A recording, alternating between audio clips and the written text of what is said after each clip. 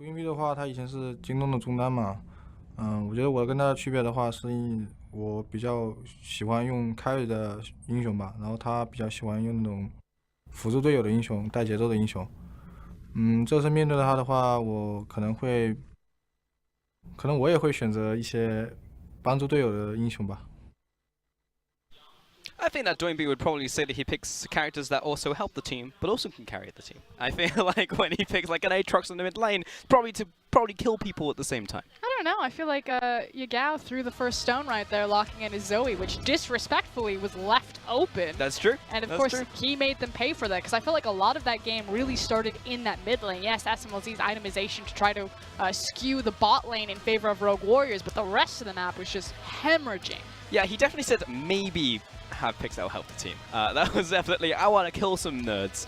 And top lane Zoom will just go off, you know, that's also good. So, bit of a red herring in the end. It wasn't the mid lane that you had to be concerned about. It was definitely the top lane, definitely the Darius, definitely be concerned about that. And that happened on second phase as well. That actually came in very early in the draft coming out from the JD. So, maybe Rogue Warriors will be thinking about that one coming into the second game, but this guy on your screen never dissuaded by what happens in game one. Always going to come back, and we're going to come back strong. Doinby, the heart and soul of the team. Yeah, rather positive for the fact that they just got spanked in game number one, in my opinion. They did, yeah. Which is interesting because it's so cool, because it's almost like a microcosm for the past, the old guard, because Rogue Warriors is a team that is made up of a collection of veteran players. SMLZ, Doinby, Flawless, Mouse, all had their previous teams, all had their previous moments, whereas JD Gaming are just thundering through the LPL, making names for themselves and starting to build their own legacy. So it really is, you know, new blood versus old blood. And right now, the old blood kind of sitting in the mud.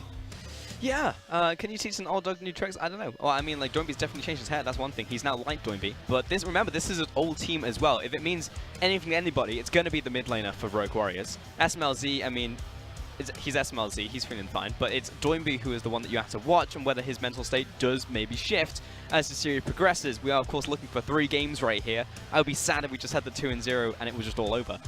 I have that notebook. Thank you, Coach Ohm. It's a good book. It is a good book. And I do want to kind of speak to the new coaching staff. So we've talked all about the players, all about the organizations, the history, the legacy, but we haven't talked about the 2 coaches standing behind these teams. Coach Stake, formerly of Flash Wolves, behind Rogue Warriors, which Rogue Warriors do have a bit of a fast and tumble Flash Wolf style, if you will. And then, of course, you have Coach Ohm, formerly of Team WE, standing behind JD Gaming. That was probably the biggest upgrade and change they made over the offseason. And immediately you see the results, 7-1 in the standings. This was a team that barely crested into playoffs at the last split and are now crashing through the split. Now, if one wanted to think about it a little bit deeper and you look at how WE are doing without their coach, I'm not one pointing could fingers. do that if they wanted to. Let's get into Champion Select number 2 between JD and Rogue Warriors. It will be a Kled, Nocturne, and Talia ban with, again, Camille first pick. But the big difference here is the fact that the Kindred was banned previously, and instead this time around it is Zoom's Darius that hits the bench, which leaves Kindred open. And why I really like Kindred into Camille specifically as well, it's the same strategy. We're going to leverage all of this power, all of these bans at Flawless and make sure that we get Klid the superior matchup. Kindred, you can't dive back onto her. Play your Camille Galio strategy if you want to. We're just going to use the Lamb's Respite, and you're going to have to reset everything. Hell of a combo. Typically picked a lot into Nocturne, but equally as good as any guided missile composition trying to dive onto a carry. It's Rogue Warriors. You've got SMLZ, you've got Doinby, probably going to be SMLZ on a squishy marksman or something that's going to deal a lot of damage. So makes sense to bring out the Kindred here. Also a Mundo for the front line. I would actually really like a Karthus from SMLZ, but we will keep our eyes on how this composition starts to shake out. There's the Galio that we were talking about. Surprising that Yugao's not going back to his Zoe pick, especially for how effective it was, but maybe it's because they just have a better read on what Rogue Warriors are going to do with this Kindred, and they really want to stick to it with this guided missile comp. They're going all in for it. I mean, if they came in finally with something with a displacement like a Gragas following on top of that, that could be really nasty into Kindred. But didn't decide to, actually brought out the Gangplank instead, along with the Galio. So again, as you said, going all in with this, but then adding more damage to the nuke when it lands. This is really interesting. So normally from red side, Rogue Warriors will almost always prioritize the last pick for Doinby. Now he does see that it is a Galio versus Lulu matchup, but to grab the Lulu, it feels like they really are setting up for a hyper carry SMLZ performance. And when you look at the Galio Camille Gangplank, there are so many tools to absolutely obliterate any sort of marksman there. I just feel like we're playing with fire. Like, this is a game of chicken, and Rogue Warriors are just direct eye contact, I'm the alpha. I mean, right now it's a game of poker, and both sides are saying raise, raise, raise. Like that, we just keep going. I mean, at a certain point you have to stop because we run out of champions to pick. But right now you've got an attacker and a defender, and we've got an immovable object, an impenetrable fortress against the strongest catapult you've ever seen in your life. So I'm excited to see how these compositions round each other out. We've got to ban away two of the big carries, Lucian and Kai'Sa, from Rogue Warriors. So getting away, you know, some of the counter punch from Rogue Warriors, and then they'll also take away the Morgana and the Shen from JD. Still a wealth of options for SMLZ, whatever he wants to go. If it's a traditional marksman, if he maybe reaches out for one of his mages. I spoke briefly about the Karthus at the very top because I just like how it would play with Kindred. Yep. And the fact that you try to dive into that back line, maybe you finally get through to Karthus. He's laid down so much damage in the meantime. Like, do you want to dive into the backline at this point? And then he dies, and of course Yeah. continues to do massive amounts of damage, but holding it until the very end. So that's going to be the ace up Rogue Warrior's sleeve. What is it going to be for SMLZ? Because the composition's pretty clear. It could be a plethora of different things. Grab Ashe. Oh. Is it going to be Ashe or Varus? Now, Loken is more of a Yep. Varus player than he is an Ashe player, but normally with the Tahm Kench, You pick up the Ashe, but And- either work. it's also the fact that Ashe would be so effective against Flawless in this jungle and helping create safety for Clid to use the information that you gather from Exactly. Hawkshot. But Loken looks like he's going to prioritize a bit of that comfort. I understand it. I really do like Varus. He can deal well with an Ashe, so maybe they're also predicting SMLZ will go towards the Ashe. It's one of his most played champions right now this split. But I feel like you're missing a lot of utility then. You're just basically counting on the fact that Camille and Galio will be strong enough to engage these fights and not fall behind at any point. There it is, the Varus for Token Loken in the bottom lane. He's going to be happy with that one, and it's very clear what JD are looking for in this game. Oh, no! Absolutely, don't do it, don't do it, don't do it, don't do it. Don't do it. Not as bad. So we saw SMLZ the other day bring out his Caitlyn in a game to experimentation game. Sivir, our first one of the LPL this split. Now, that's going to be dishing out a lot of damage. I mean, presumably we're going to see a Storm Razors as well come out here. So we're going to have the 2-item, the 3-item power spike. It's going to be Crit City coming out for SMLZ, but this is very much a crit build that we're going to see from this Sivir. And SMLZ has always been the crit build oriented ADC. We're going to keep our eyes on to see exactly what type of build path he goes for. Like we said, it's the first Sivir of the LPL, but it is definitely a classic for SMLZ. It is. Now, this is the moment when you're like, as a caster and the fan, you're like heavy breathing because it's a Sivir. This is an experimental pick coming in from SMLZ. We saw him already do it on the Caitlyn. How did that game go for us? Not very well, did it? He actually ended up losing his tower first as the Caitlyn. From a theory crafting perspective and how this composition fits together, though, I kind of really like the idea of like it too. Kindred and Sivir together, because Kindred's going to place down the ultimate, and you want to fight on top of it because you don't want one team to entirely benefit from that. But what that means is that you're going to be grouped up for Sivir to hit all of those ricochets at some point. So I find that idea very cute. I'm curious if they're going to get the execution, though. So the biggest thing for me, Frosk, is the fact that Sivir has a spell shield. And if you think about this targeted missile comp, one of those factors is going to be completely mitigated, and many of them are very scripted as well. So he can pick and choose which ultimate he doesn't want to be hit by.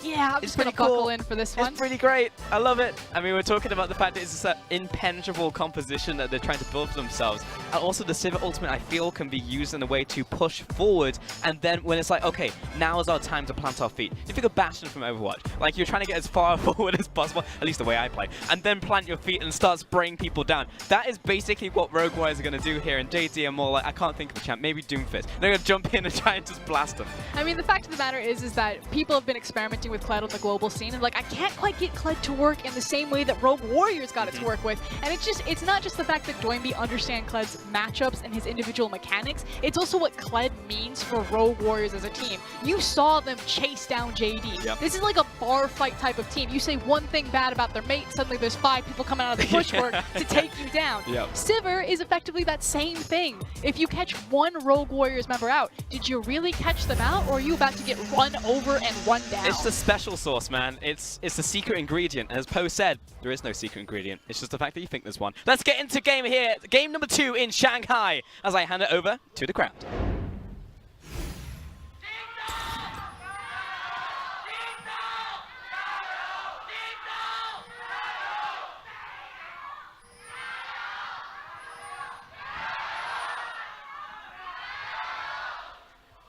Descent in the ranks is chaotic, just like Rogue Warriors. I love it.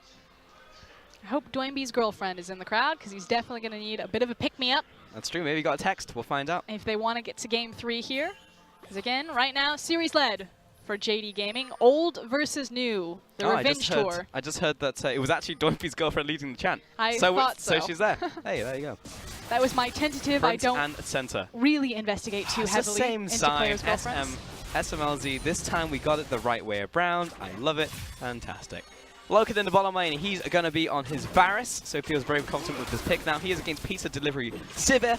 Now I don't know what his version is to No. Pineapple. You must now actually call it what the skin is called. Oh, okay, sorry. Sneaky. Sneaky. Yep. All right, he's on Sneaky Sivir. Are you adverse to pineapple on pizza? No, I love pineapple on pizza. Me too. What about olives? Oh, you've gone too far. Now combine the two. Big fan. Deadpool's favorite. Let's take a look at the Keystone runes right here. You can see the zoom in the top lane with Kleptomancy once again. So going back to the OG build. And going back to the Amazing J special as well, look at his starting items. So he's going for a rushed Sheen. And Amazing J would do this because he would be arrogant enough to think that no one was going to gank him or punish him in the lane phase. He'd get a very early back, have the Sheen, and then just go into trade city with Kleptomancy.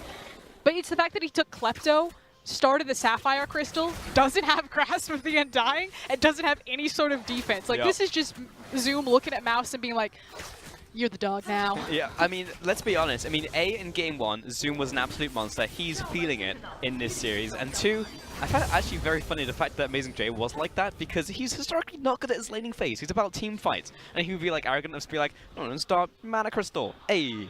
No problem. Flawless into the bottom lane along with Clid on the backside. Double knockup coming in from Clue. It's big. Sending him back right here with Flawless, but he's taking a lot of damage in tow. That's going to be kill over to Clid. Loken returning fire. 1 for 1, but it's about where the kills ended up. Both junglers' hands right now, but Flawless, of course, dying. Has to go back, loses a lot of time on his jungle, whereas Clid just gets to immediately walk back in and continue on his Krug camp. Excellent ward that was placed behind the Dragon Pit to spot that out happening at first. And JD Gaming, we said, you know, it's not the fact that they have this raw mechanical talent that make them such a threat in the LPL. It's the fact that they're smart, that they have a vision trap like that, that they then play with Fog of War and set up the 1-for-1 trade. SMLZ got a small sneak peek at his runes right there as well. Actually going for Gathering Storm, no real surprise when it's very clear that he's going for a big old crit build later on into this game. Has also gone for a Doran's shield start on top of that. Just what are you oohing at? That minion. No, yeah. I mean, it wasn't a cannon minion, so. I'm judging. Just one, man. There's many more minions to be killed this game. In this mid lane, Yagao facing down Doinby. Now, he did pick this one into the Galio. Doing picked it very early on, pretty much revealing their hands. Of course, the 80 carry bans came through, but in the end, it was the Sivir coming from SMLZ. This is definitely rehearsed coming in from them.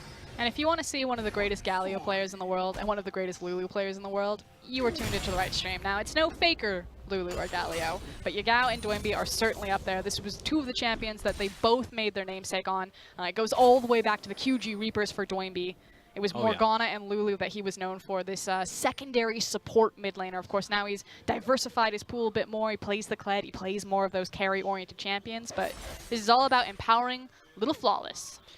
Absolutely the case. I mean, Doinby, you know him from the tanks coming out of Rift Rouse if you're a new Doinby player. Now, he did used to play just like the pure tanks back in the day, like think Ornn, think Maokai. Nautilus. Think Nautilus. Think Victor with Iceborne Gauntlet. Like, Doinby will do it all. But sometimes he'll just pick up the support picks as well. Something to be feared. Also his Karma and Lulu, also things that are very much staples of Doinby. Meanwhile, on the top lane, we've got Mouse back on a traditional tank. I'm going to be spotting out Flawless as he aggresses towards the crab right here. Got a mark on that one, so Mouse is going to assist his jungler with this one. Getting that passive stack up, and Clid will sneak back into his jungle. Top lane, how is Zoom doing? Because, of course, he's gone in for this very aggressive early build for himself in terms of his the riskiness of it. He has gone for the early Sheen as well, so he just completely rushed that one. Got a bunch of consumables, and also the perfect timing in the back pocket. So hasn't so far been punished at all by Flawless, and will probably have a pretty good laning phase. But the issue that I have with Rogue Warriors right now, especially for what JD's draft is that they play around Flawless. Flawless doesn't play around them. You can see it in how they're escorting Flawless into the river to acquire these Scuttle Crabs. Makes sense, because if RNG favors you for Kindred, it can mean a lot if you get a mark as well as the Scuttle Crab. But it means he's not ganking the lane or prioritizing trying to punish this Gangplank, as speaking of punish. Yeah, Kahlua with the early, oh, what a pulverize onto Clid as he tries to jump in there, catch him on the outer ring, but he's still gonna go down as Loken walks him to the tower. Another kill over to JD, but I like the attempted execution there from Rogue Warriors. And Kahlua is interesting. He's the only rookie on Rogue Warriors, and no longer even a rookie, but probably the most inexperienced member. And some days, he just looks like he fits in perfect, especially when he's, you know, just babysitting SMLZ, just doing his duty as the goalkeeper. But anytime he's put in a scenario where he needs to make the balanced decision of when do I engage, how do I set up this play, that's when you start to see some of that inexperience crack through, and he's often the first link in the chain that starts to break when Rogue Warriors fall apart. He's kind of the indicator that they're about to topple over. I feel like we had this conversation about supports the other day. It's Road. It's Road, yeah, the road effect, the driving test, that's the one. Yeah, so I feel like we had the same one, Kahlua. We'll think of a name later on in this series. I can't think of one right now. Zoom is just trying to put the pressure down onto Mouse. He's got level 6, so this Mundo is not going to die in a hurry or at all. And it's really just about this Gangplank trying to farm up as fast and as efficiently as possible in the top lane. Plus, we'll find a second round of buffs. Indeed, you are right. The team just like to play towards him and allow him to stack up. But if you think about it, at the end of the day, Rogue Warriors are definitely looking at scaling more than anything else. Yes, they like to fly forward at you, flying V formation, and you know, hit you hard. But it's not going to be so much in the early game, I have to feel. But it is where they're choosing to scale. The fact that it's not just about Sivir. This is not just a 500 CS Sivir win condition composition. It's also about Flawless. Because like we said, it's Flawless not playing towards his lanes, it's his lanes playing towards him. Doinby is right now escorting Flawless into this blue buff, and they're just trying to hard farm this Kindred as much as possible so they have 2 carry threats. Yeah, multiple players you can move towards. It would be unfortunate if SMLZ gets sniped out at the very start, despite his spectacular positioning, but Flawless will be there on the backside to pick up the slack.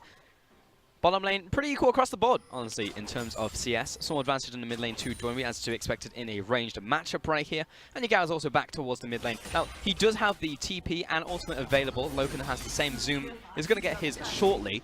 Now, Mouse is behind on that front, as is SMLZ. So if JD want to try and make something happen, they can bring the whole family down to make it work. But the first dragon is Cloud, so I think it's unfortunate that JD are just like, let's rumble over Cloud. Because it's a Tahm Kench, I don't expect that we're going to see another repeat of them going bottom and trying to make the gank work for the 2v2 Varus Kench. I actually expect that it'll be the Abyssal Voyage that will join into a mid lane river skirmish. So I think that JD should play more with their mobility of not just going one direction, but the fact that they can go bot to mid, mid to bot, and try to skirmish over this dragon. The only unfortunate thing is that it's a Cloud Dragon. Yeah. So not a lot of reason for Rogue Warriors to really try to push their luck there. Look like a butterfly. Look for nothing. Bottom lane, Mao picking up his AD carry on that one. Turning around, taking a lot of damage from SMLZ with the punish there. Very nice. Drops him down to half. But Clid is one who's looking for the gank. He's going to flash after, but here comes Flawless into the bottom lane. Kahlua going to stand still on that one, being put down by the Chains of Corruption with a great ultimate. You know, taking a small respite right here as he looks to walk away. Oh. The perfect timing. And he'll walk it off. Yeah, the issue is that Kahlua is constantly falling too low, and it's just putting Rogue Warriors on the back foot, not only because he's losing so much experience and gold that he's unable to acquire sitting under the tower, but then Flawless has to babysit. The ultimate is being used defensively with the Lamb's Respite as opposed to trying to counter gank or successfully set up a trap on a lot of these plays. And SMLZ is getting zoned off free gold. Tried to get the bounce there. Yeah. Just playing around with the proximity towards the wave right there. I also like that you said respite and said it the right way. And Loken is going to push towards the tower. Nice. I can't say anything correctly. You said it the right way. You said the British way. Oh, I did? Big fan, yeah. Respite, not respite. Which is objectively wrong. Anyway, in the bottom lane, Kahlua moving back towards this bottom side. Actually going to go the safe way. I can't tell if that was in the brush or not. But it will at least spot the top side. And SMLZ still pushing forwards in this one. He has completed his BF sword as his first back on also boots. It's a little bit easier to kite back, but that was just purely on reaction. That was not. But SMLZ doing very well so far in this game. He's doing well for how hard he's getting shoved in right now. Yep.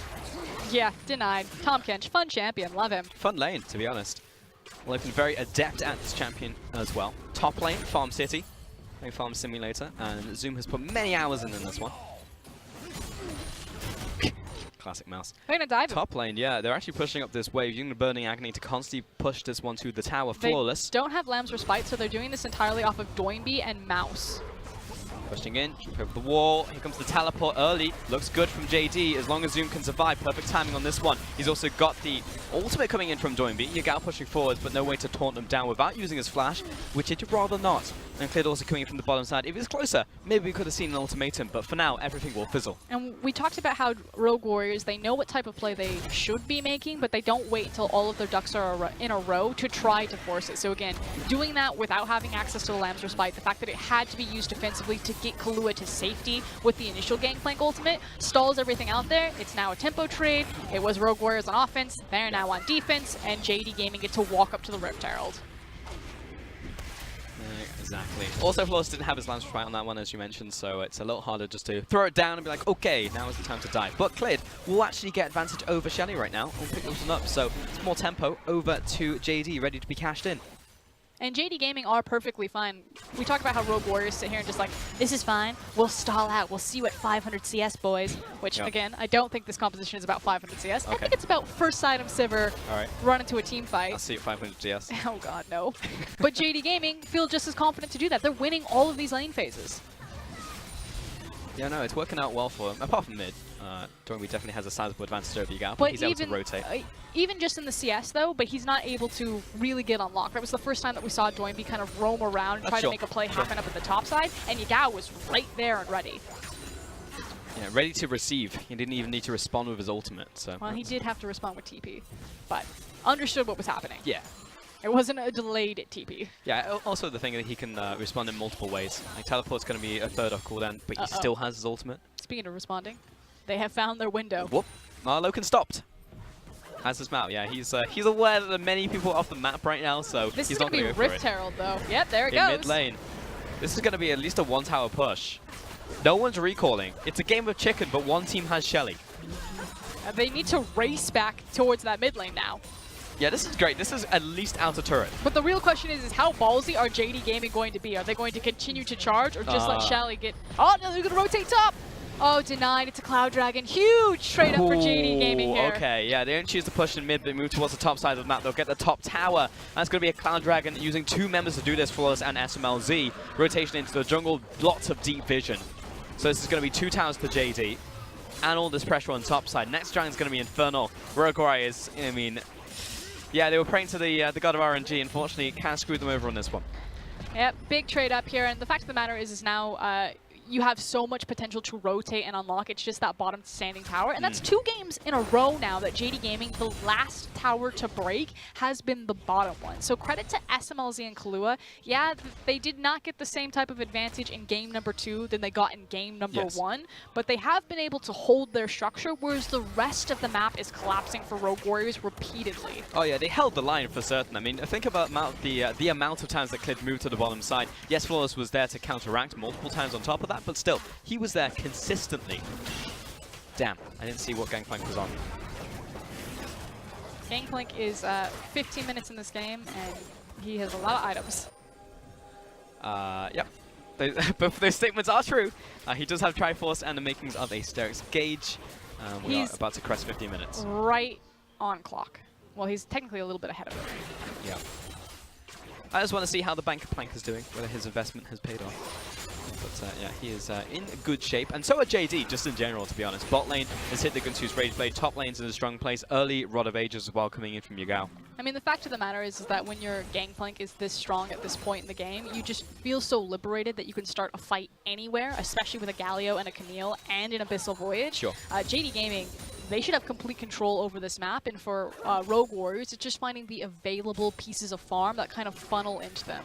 But JD Gaming have stalled out here before. It's very early on in the game. It's not like they have a Baron or a Dragon to play around, so it's just picks that they're looking for at this point, and funneling more gold onto the carries. And also the fact this is the point in the game where the teams are unlocked. People are going to start grouping up together, which means there are more combinations of abilities, and if you're looking towards Rogue Warriors specifically, now those are the abilities you want to see chain together. Doinby's ultimate on SMLZ, onto Flawless, even onto Mouse to disrupt backline on Kahlua maybe. Flawless with a Lamb's Respite to protect SMLZ or Doinby in an aggressive situation from JD Gaming. So we're actually going to get to see these skirmishes open up now.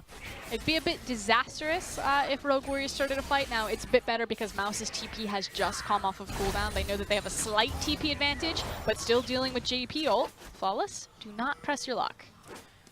He's not going to push it too far forwards. Top lane Mouse has completed his Sunfire Cape as well, and we're on 1 item spikes across the board if you're looking towards Rogue Warriors.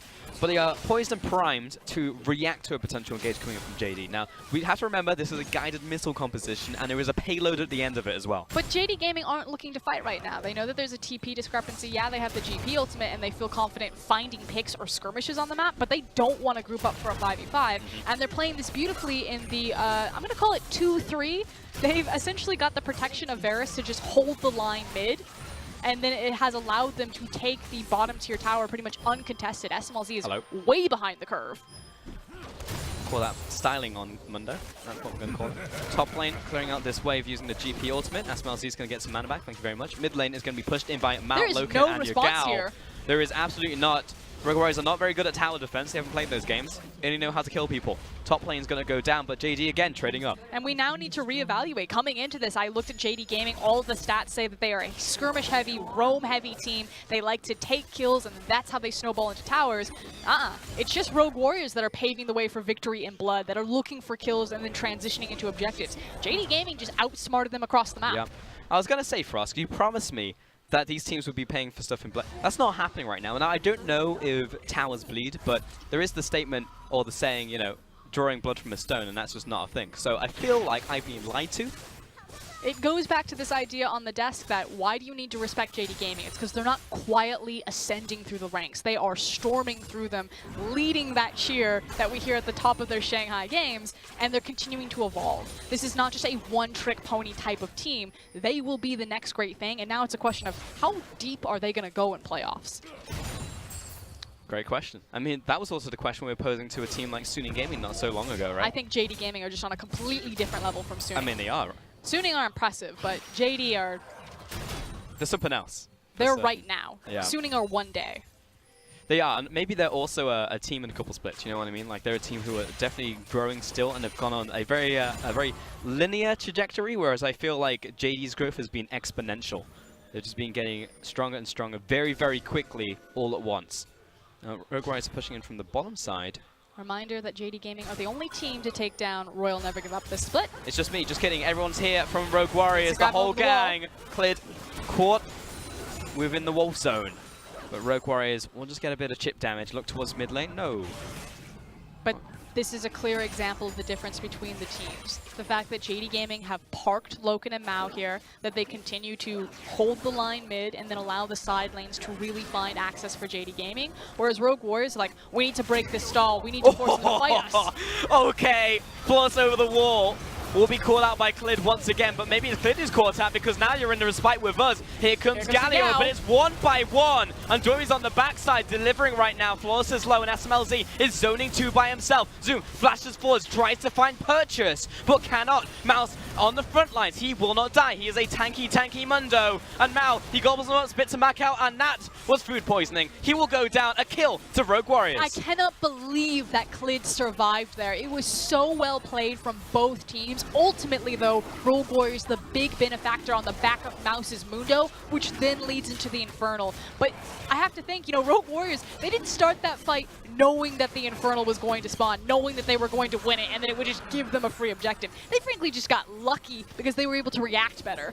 Pretty much. Now, a lot of this was the start of the fight because Clid finds Floor, stops him using the hook shot, follows through with the ultimatum, and then he's like, well, I guess I'm kind of committed now, and Galio's feeling it. Yeah, but just look at the confidence. Mao's like, am I going? Am I going? I guess we're going. Immediately flashes over the wall and then grabs hold of Clid while Yagao is just zoning off the rest of them. And at this point, you're like, holy shit, are JD Gaming actually going to pull out this team fight? But Mundo gets into the back line. There's no carry pressure on him. Loken can't hit him from over the wall, and that's the turning difference here. They don't have the damage to take down the Mundo. They must then burn a lot more flashes to get back to safety, and ultimately a big loss for JD Gaming on what could have been a win.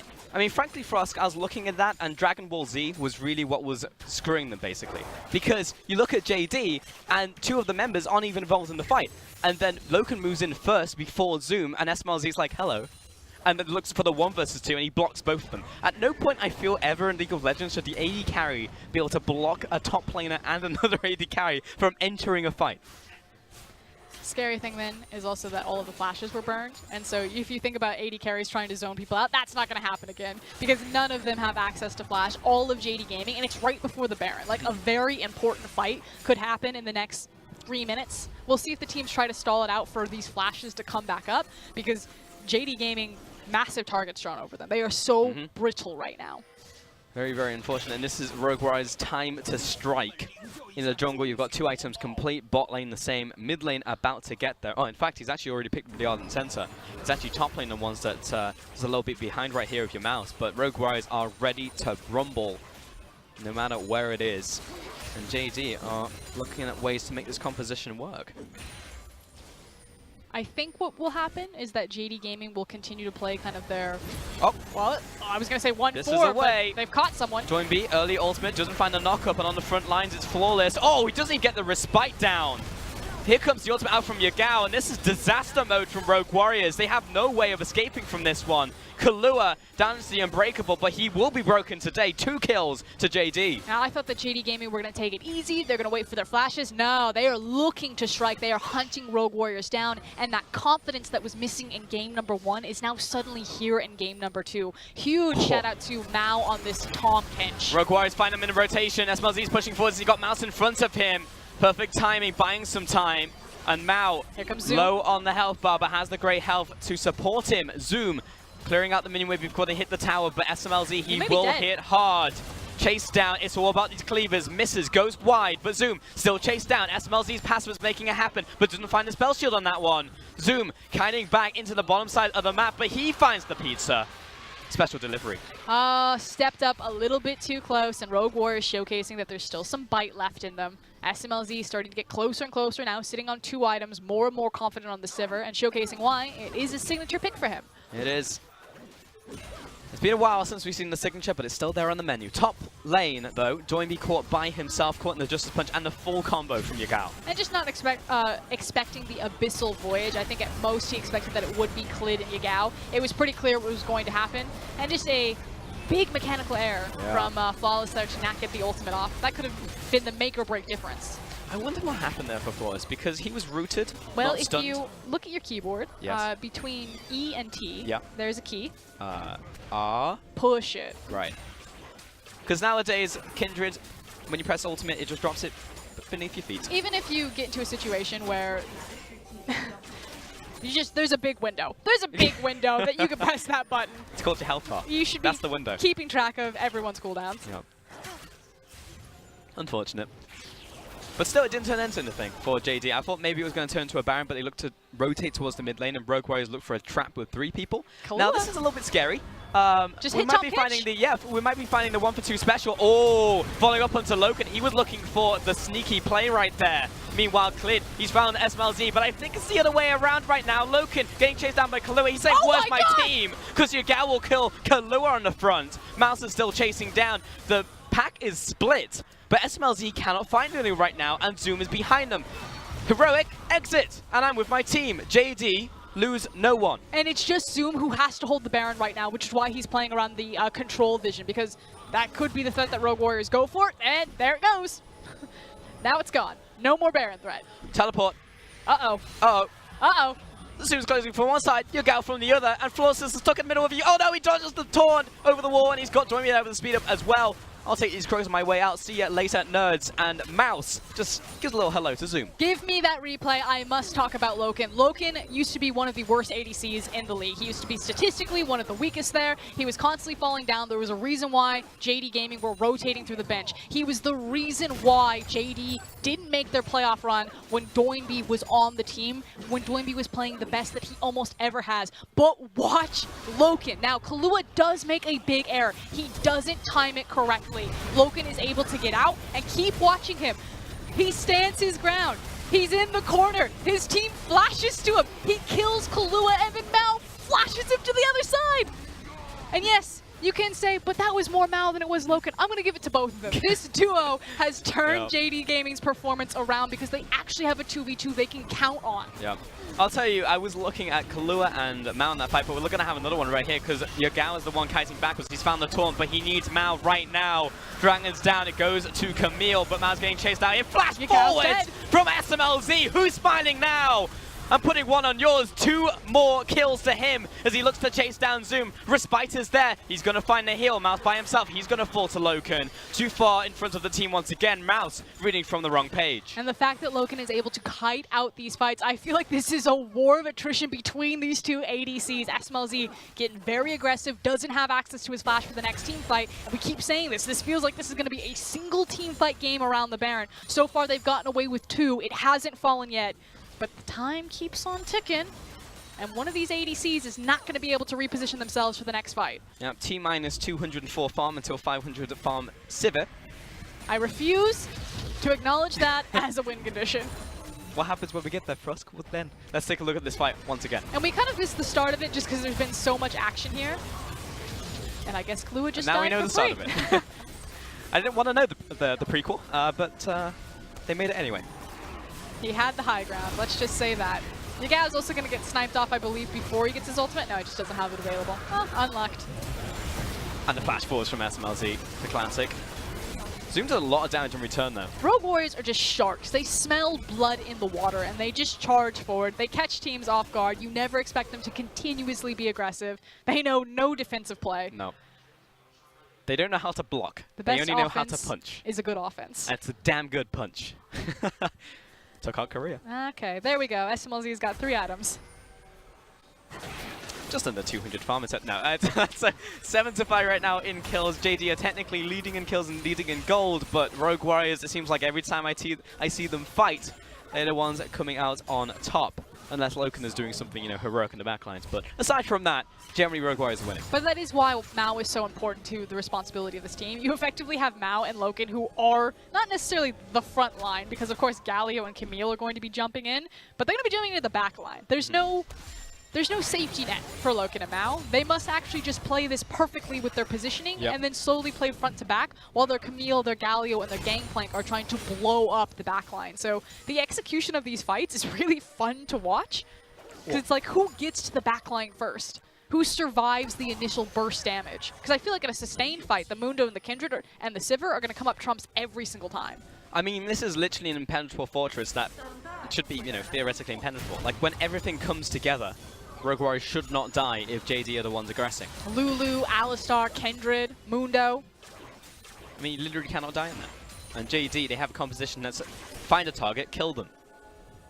But they can also find picks, and that's what we saw earlier onto Doinby. There are creative ways for JD to try and start off a fight. They even found Kahlua in the last one, but still lost 4 versus 5. I still feel like we're falling into this bad habit for JD Gaming, but they still want to run into the 5v5, that they are so keen to fight, as opposed to, again, playing these side lanes. You have so much mobility on your compositions, JD. Just play with that flexibility. The Camille, the Galio, the Abyssal Voyage. This is, again, the difference maker between Royal Never Give Up, Edward Gaming, and how they play out their compositions, and all of the threats that they stack onto them, and JD Gaming, who they're playing a bit rough and tumble with Rogue Warriors. You don't need to play their game. I mean, again, it's the difference between A and S tier, right? Like, we have the strongest teams in the world in this league, and then you have JD and Rogue Warriors who are very close to promoting into it. But there are small things that need to be remedied before you get there. I will say that the sucker punch that Rogue Warriors come out with so often is sometimes the way for them to beat S tier teams.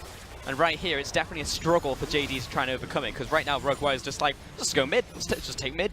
And JD are unable to stop them right here, even though they were looking for those 5v5s, and now they'll have to be on the back foot as the vision is now shoved right into their jungle. And Rogue Warriors had the confidence that they could approach the tower. Hold on, though. Now on the front, Matt's popping the ultimate. He's going to be turned around on. He's taking a lot of damage very quickly. He flashes away on this one and sets Muzzy on the front. Where's the ultimate coming in from Flawless, though? Could they just blast him on the front lines? Flawless turning this one around, though. The 280 carries standing and delivering. SMLZ carry back. Oh, my God. It's a wipe. In a sustained fight, you cannot deal with Rogue Warrior's composition between the Mundo tankiness, between the Alistar ultimate, between the Lulu ultimate, and the Kindred ult. You just cannot crack, as you say, this fortress. They win a massive fight, and they will storm down the mid lane, just the tower fortification to slow them down. Rogue Warriors don't need a minion. Nope, it's way away. They definitely need that minion. No, they don't. They got the tower, they got the inhib, and now they'll probably turn back towards the Baron right here. Rogue Warriors, massive win for themselves. 5-0 play, and that has broken open the game. But JD Gaming don't have to play the map this way. They are feeding into Rogue Warriors doing this. Now, what I was going to talk about before is I was going to compliment Rogue Warriors' vision control, because you see that they have the entire top side of this river really lit up. Now, JD Gaming do have access to vision to see that the Baron has not been started. So again, there's no reason to take this fight. And speaking of fight, this is not a continuation. This is definitely a different fight. First, Kahlua dies, and now JD find an opportunity to find more. Doinby and Flawless over the wall, but Mouse does not have a flash. Mundo dies where he pleases in the pit. 2 kills to JD. I believe that's 4 Barons that makes it out, possibly just 3. Needed to keep track of where Doinby's death timer was if he fell down in that fight, and we've got to pause. Excuse me, guys, my dash wasn't working on Mundo. I'm going to have to pause this game. You don't have a dash, Mundo. You just die. Man, if they had had that creep wave, the tower fortification would not have slowed them down. They could have gotten to that Baron just that much faster, and Mundo wouldn't have had to die there. Exactly. It looks like it was Lumao who took off his headset, so I would assume maybe there is a potential audio issue. I like to take bets. I think it's an audio issue. What do you think? I don't like to bet on audio issues. Fun fact about JD Gaming is typically their games like to go to 3. They're not really a one-and-done type of team. That's true. They also like to experiment with their second games a lot. You guys say experiment. What do you say, Frost? I just say inconsistent. Okay. Because there's one, like, yeah, sometimes they will try different compositions that they haven't necessarily shown every single time. But if you keep seeing those same compositions, you know, week after week, is it still experimenting, or is that just their style? They're still trying. They're still trying. Like, it's not working yet. Just try it again. Or you could just kill a team in 2-0. Yeah, but if we're talking about like their player front, isn't it better to get on-stage experience now with compositions that you're not comfortable with than to go into playoffs and be like, hey guys, we 2-0'd or our series, and now we just get wiped out by like BLG. As a coach, I would say, wouldn't you rather just not reveal any of your strategies and hold on to them in playoffs and have that momentum and that terror and that mental game that you can kill any team in 2-0 and then showcase these strategies? Yeah. Because guess what? Strategies aren't built on the stage. If anyone tells you that the reason North America and EU lose is because they don't have access to best of 3, strategy is built in scrims. On-stage experience is important. I'm not saying there's no compromise between the two, but if you think that JD Gaming are busting it out and learning everything in these game 2s, I'm just saying this sounds like old Fruskiran talking right here, and not new Fruskiran. Oh, right, positive Fruskiran. Glass half full. Glass half full. Yeah, they're half full. experimenting. Clear blue ocean. Half full. Experimenting. No, but I feel like for a team like JD going into playoffs in the first time that they've like legitimately been really, really, really good, it is actually fair for them to try a little bit on stage. Whereas you look towards a team like RNG or EDG, and it's like, well, I mean, yes, you have iterating rosters, but these guys, they've been around the block. This isn't their first rodeo. They know how to play the things out on stage. Rebuttal number 2. All right. It is very dangerous for JD Gaming to experiment with anything because they're in the Eastern Conference. That playoff bracket is pretty much entirely locked because of how competitive it is. That is Invictus Gaming, Royal Never Give Up, Suning, and JD Gaming. And then if you have the rise of BLG, like, you could very easily lose your playoff position. That's true. So again, if you're in the Western Conference, go ahead. Yeah, that's true. It's a playground. Come at me, TOP. Over there. What are you gonna do? We have your coach, WE. Yeah, it's like, so they have different ways to go. Yeah, I agree. I mean, Suning Gaming, again, I feel like we already said this. They're like a one-day team or a team who are going to be good in like next split. So I think there is enough of a buffer. But of course, you're gunning for like a 3rd place versus a 4th place, which means a lot in our league. That's the difference between an entire full game in a best of 5 in the gauntlet. If you haven't seen the LPL playoff gauntlet, it is absolutely brutal. Depending on where you seed in your regular split, if you are the 1st place team in either the Western or Eastern Eastern Conference, you are automatically seeded into the semifinals. That is 2 best-of-5s away from an appearance at Worlds. Yep. So there is no time for experimentation. Every series matters. Is that playoffs or is it regular season? Because right now I'm looking at... No, I think that... I like what we're seeing in the second game. I mean, JD, we're in the second game right now. They won the first game, and this doesn't look like, to me, experimentation. This just looks like they want to find the 2-0 in this one. And I think the way that they've been playing as well, like searching for cracks in the armor into Rogue Warriors has found it. I mean, multiple times they have found chinks in the armor, and it has been Doinby.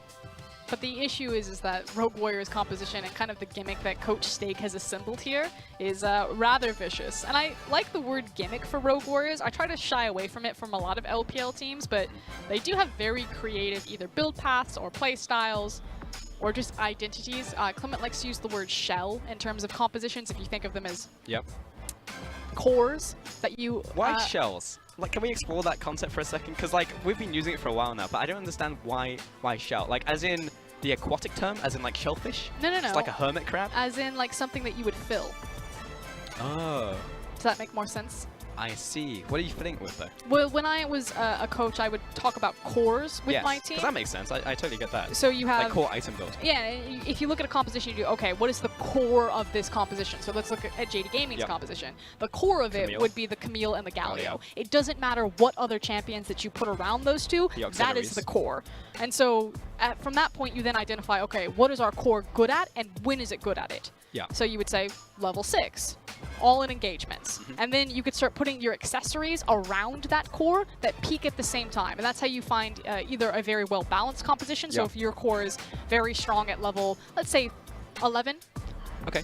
Then you can either say all of my champions are going to be strong at level 11, and then that's the big window where I smash people, or I'm going to have 3 champions that are strong at level 11, and then I'm going to balance it out and have that security blanket or that insurance for late game. I think just from my side, I think it makes more sense to say core and then auxiliaries or accessories than to say shell. Because shell makes sense if you're looking towards, like, you know, an exoskeleton.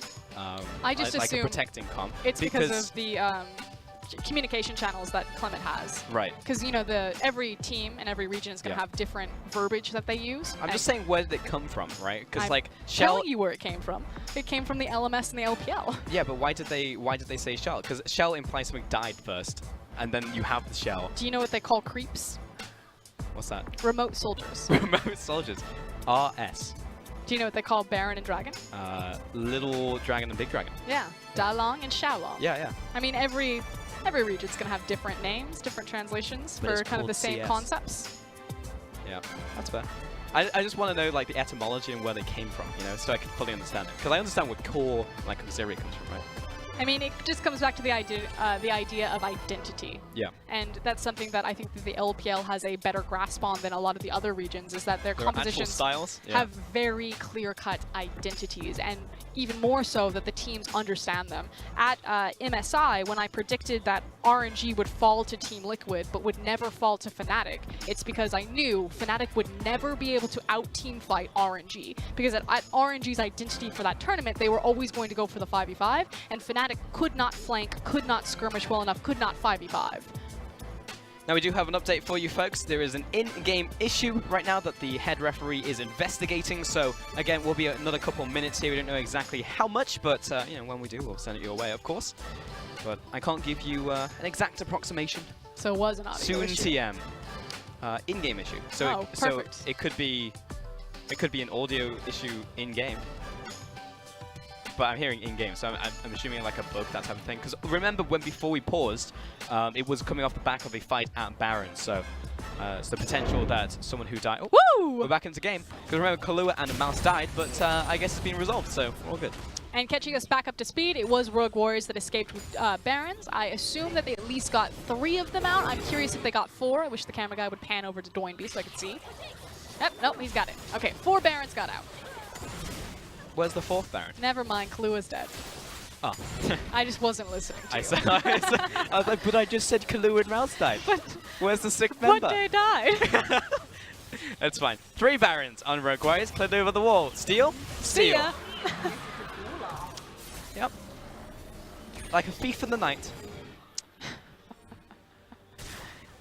Is it a thief when you make eye contact when you do it? That's a good point, yeah. That's more like a robbery at that point, right?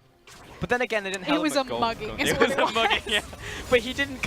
It was more like he brushed past and he just like grabbed the handbag rather than he like held him at gunpoint and was like goodbye. So nice stuff there, Clip. Good with his hand, sleight of hand. And that was a Mountain Dragon.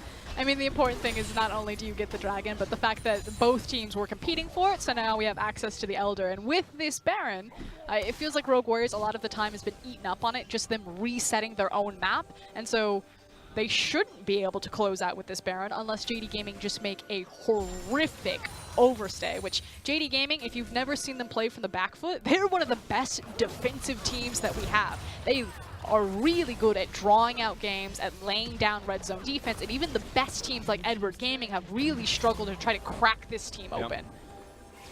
You're a good shout, but there is already a break in the armor, and that's the mid lane. So far this cracked shell is just looking to be broken wide open. And SMLZ, he's got the fancy footwork right now, and he's got a very big shield. Now he has 3k health. Hey, and he's walking up to the tower with these minions. Good sidestep. SMLZ cannot be hit. Look at this guy.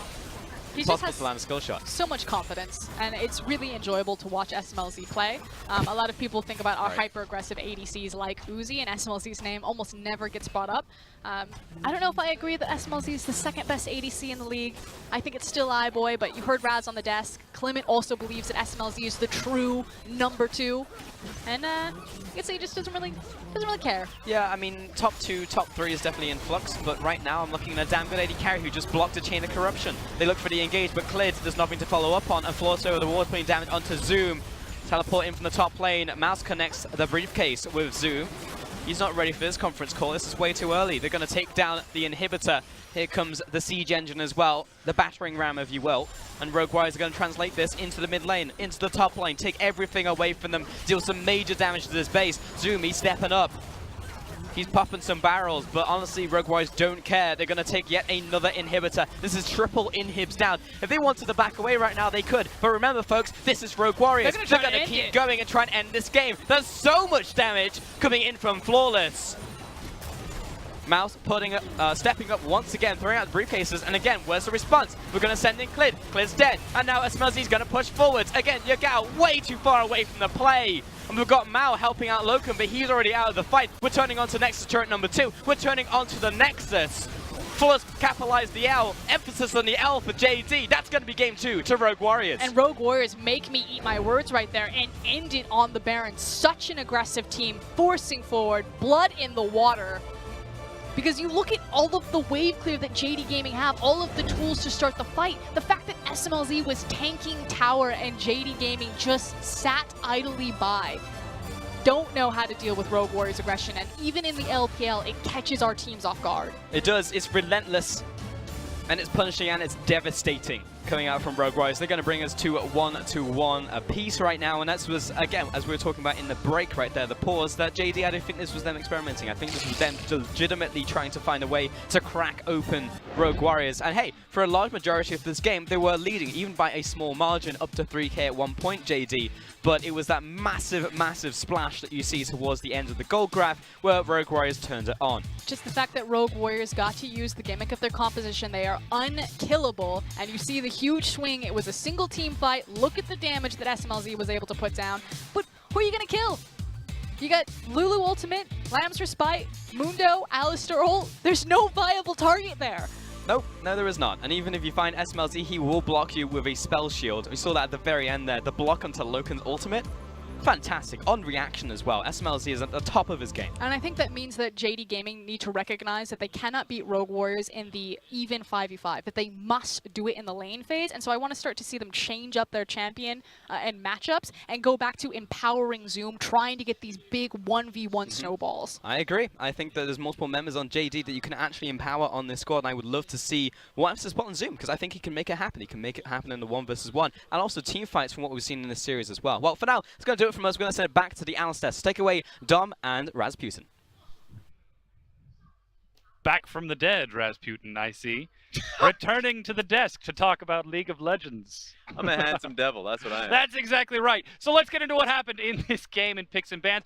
Just before we do, though, I want to remind you folks at home, RNG has just started their series. They are playing against FPX. You can watch that live on one of our sister streams at lpl.qq.com or on Panda or Douyu. However, we will be starting that game as soon as this series finishes off of a delay, so you won't miss any of the action if you choose to stick with us and watch this game 3. That said, let's get into what happened in this game 2 and start with those Picks and Bans, because the Sivir for Rogue Warriors was a little unexpected. It was, but this is important because leeching onto last game, the composition was really smart from JD. The fact that JD had the Darius, the Camille, so it made it so near the end of the pick ban, they can go towards the mage bottom lane. Orianna had to be banned away from them, and they got the Morgana. So they were pretty set just because they had loaded AD in the top side of the map.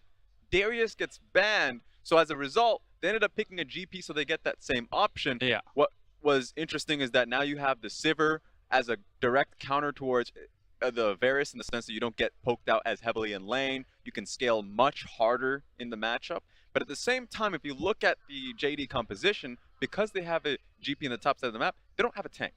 The Tahm Kench is the tankiest member on this team, and you can rip through that once you have 3 items of Sivir. So suddenly the composition that Rogue Warriors have, though a lot of people will look at and say that it's completely outdated, is actually much faster in the compositions because they're going up against fairly squishy champions, and at the same time, you have an Ardent Sensor with the Lulu, the protection that she gains you, and the additional stat boosts with the Ardent Sensor and Zeke's. So 30 minutes into the game immediately is what Sivir was actually just dominating. And that's what we saw in those fights. The Camille would go in for the Galio-Camille combo. We're going to lock him down and knock everyone up. And then Camille would die as Galio's in midair. And then Galio's like, I don't want anything to do with this. Can I please leave? And then Sivir just said no and killed him as well.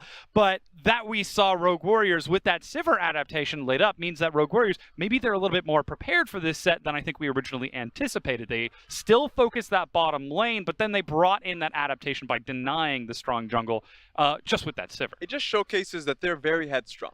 That they went from the last game, and their decision was actually to take away the team fighting strength of the Darius, still focus on that team fighting, but then say that we can deal with the Camille. I thought the Camille was the major point of contention going into the first pick ban, second one. It was even first picked in this case from JD.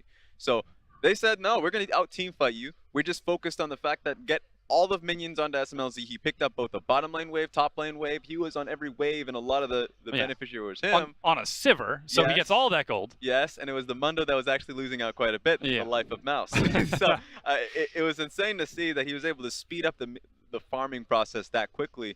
And so remember the early game item that he was able to attain for himself. We have to make a point of the fact that 2 items of the Storm Razor and the Rapid Fire Cannon, the buff to Storm Razor means that you get the 200% crit damage on just a single off the single completed Zeke. So he had the early game just based off that. And as a result of that, he was doing massive damage in these fights. That said, we still saw the AP Varus from Loken on the other side. He tried to match it and had some good sidesteps, but I think that's where the difference comes from. For Varus, in order to do his damage, he's got to do blight stacks and pop it, especially on AP Varus, whereas if you're Sivir, you just click. Just run. And that's it. just run. That's exactly what we see in the team fight that we've got for you here, where Rogue Warriors, you can see the Sivir gets caught out. She's got no flash. She's got no way to be safe. So gets the Lamb's Respite put on top of her. Everybody stacks up. And then SMLZ presses a click. And that's what's interesting, because you already saw how much damage was actually put down and towards Mouse. So he's out of the fight completely. That's what AP Varus can give for you. But Lamb's Respite allows you to live a little bit longer in this team fight. And so Rogue Warriors clean up just based off the fact that they get a little bit more time to deal the damage. And of course, ricochet after ricochet, they were able to equalize the health. And I do want to point out that SMLZ is one of the few players in our league who will actively emote both during and after fights using the Tahm Kench Cup of Tea. He takes our man of the match off the back of that emote. 6-0-5, 100% kill participation, nearly 50% of his team's damage. And as the Nexus was destroyed, he emoted the white flag against JD Gaming. So not only did he take this game, but he's also playing the mental warfare. Yeah, just looking towards game 3. The fact that he got 47% damage, you already talked about that.